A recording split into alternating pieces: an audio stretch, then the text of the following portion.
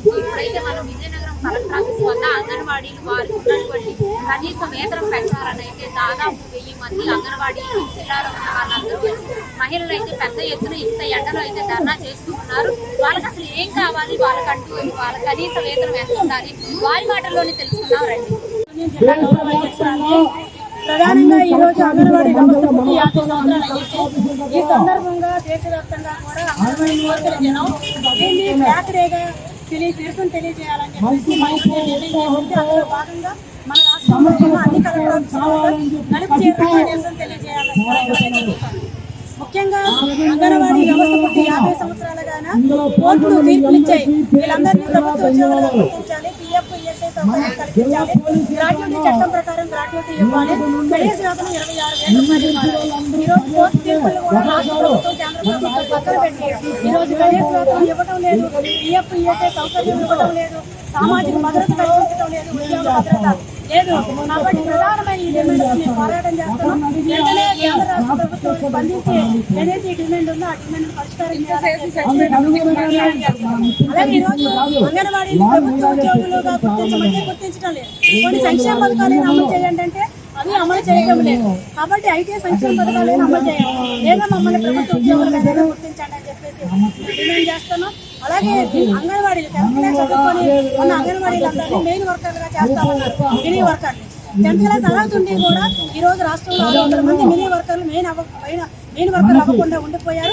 వాళ్ళందరినీ వెంటనే మెయిన్ వర్కర్లు చేయాలని చెప్పేసి అలాగే ఈ రోజు యాప్ల మీద యాప్లు తీసుకొస్తున్నారు.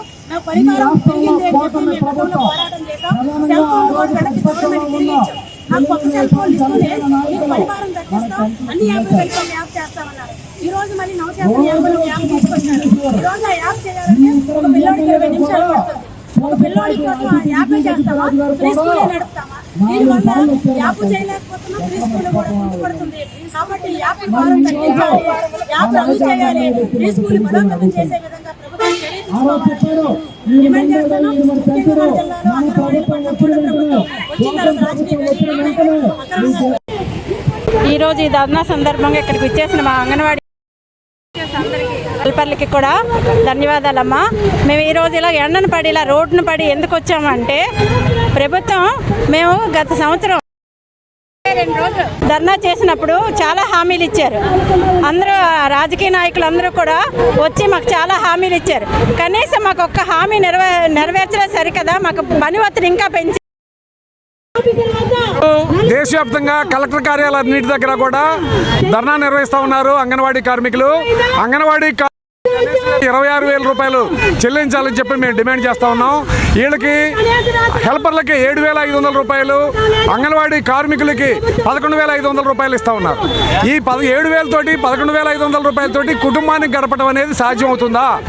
ఈరోజు ఎంపీలకి, ఎమ్మెల్యేలకి, ఎమ్మెల్సీలకి జీతాలు కానీ చూసుకుంటే ఒక రోజుకి 7,000 పైనే వస్తుంది, 10,000 పైనే వస్తుంది. మరి వీళ్ళు ఎలా బతకాలి? గతంలో 45 రోజుల పాటు 24లో 45 రోజుల పాటు సమ్మె చేసినప్పుడు ప్రభుత్వం మినిస్టర్స్ ద్వారా ఒక కమిటీ వేసి మినిట్స్ రాసి అంగీకరించారు, వీళ్ళ వేతనాలు భవిష్యత్తులో మేము పెంచుతామని చెప్పని. దానికి అనుగుణంగా పక్కన కూడా తెలంగాణలో అలాగే కర్ణాటకలో కూడా జీతాలు పెరిగినాయి. మరి మన రాష్ట్రంలో మీరు ఎందుకు జీతాలు పెంచారు? యుద్ధం సందర్భంగా కానీ గతంలో కానీ ప్రతి సందర్భంలో కూడా ధరలు విపరీతంగా పెరిగిపోతా ఉన్నాయి. ధరలకు అనుగుణంగా వేతనాలు పెరగకపోతే వీళ్ళు ఎలా బతుకుతారు? పని చేయించుకోవడానికి మాత్రం వీళ్ళని ఉద్యోగస్తులు, కార్మికులు అని చెప్పని వీళ్ళతోటి రకరకాల పనులని యాప్ల పేరుతోటి, ఈ సర్ పేరుతోటి అన్ని రకాల రకాల పనులు కూడా వీళ్ళతో చేయిస్తున్నారు, పని భారం పెంచుతున్నారు.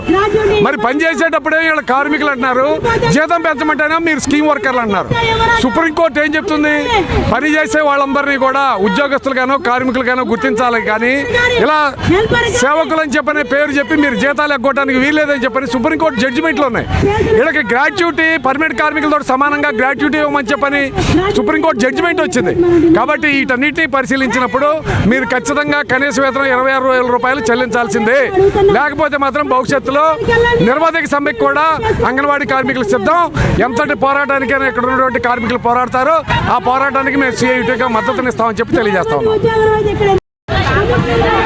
చూస్తున్నాం కదండి, వాళ్ళకి కనీస వేతనం 26,000 ఇవ్వాలని అంగన్వాడీ వర్కర్లు కానీ హెల్పర్స్ కానీ వాళ్ళకి కనీస వేతనం ఇవ్వాలని, అలాగే నవచేతన యాప్ను అయితే రద్దు చేయాలని, దీనివల్ల వాళ్ళకి ఎంతో స్ట్రెస్ ఎక్కువ అవుతుందని, గుండెపోట్లతో మరణిస్తున్నారు అని అయితే వాళ్ళ ఆవేదన అయితే వ్యక్తం చేస్తున్నారు. దీన్ని ప్రభుత్వం దృష్టికి ఎలా అయినా తీసుకువెళ్లాలని చెప్పేసి ఈరోజు విజయనగరం కలెక్టరేట్ వద్ద అయితే పెద్ద ఎత్తున అయితే ఈ విధంగా ఎండలో అయితే వాళ్ళ యొక్క నిరసన అయితే వ్యక్తం చేస్తూ ఉన్నారు. ఆర్స్టార్ టీవీ విజయలక్ష్మి.